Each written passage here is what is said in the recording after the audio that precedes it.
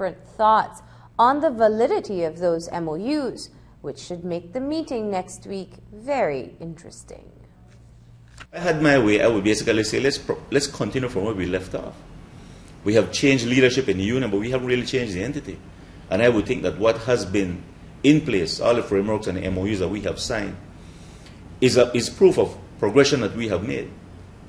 We could perhaps continue from there. And if there's any small legal entity that we need to correct to what we already have, let's do that, but not start a whole new one all over again. So I am afraid that that may be a little bit of a delay, but hopefully next week, if we can agree on that framework, we should be able to deal with this CBA within a couple of months.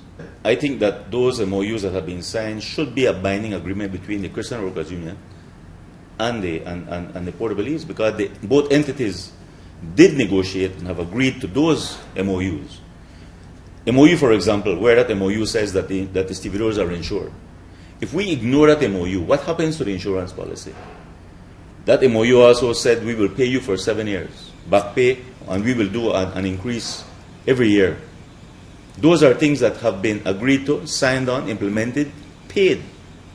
So how could we not continue from that MOU? In other words, I don't think that we should be discussing insurance to say getting them insured.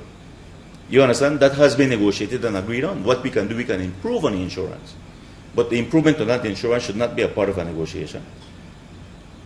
You know, so I am hoping that if we can agree on this framework, the framework then keeps the MOUs that we have signed before in place, and we have to keep them in place because they are things that have been implemented. The stevedores are now insured. The stevedores have been back paid. They've been back paid. There are conditions in there where they should get increases every year. So those are the MOUs that exist. So I don't know how we can move ahead and say that never happened. And that's all I'm saying, that I think that we need to keep these MOUs and move from there onward.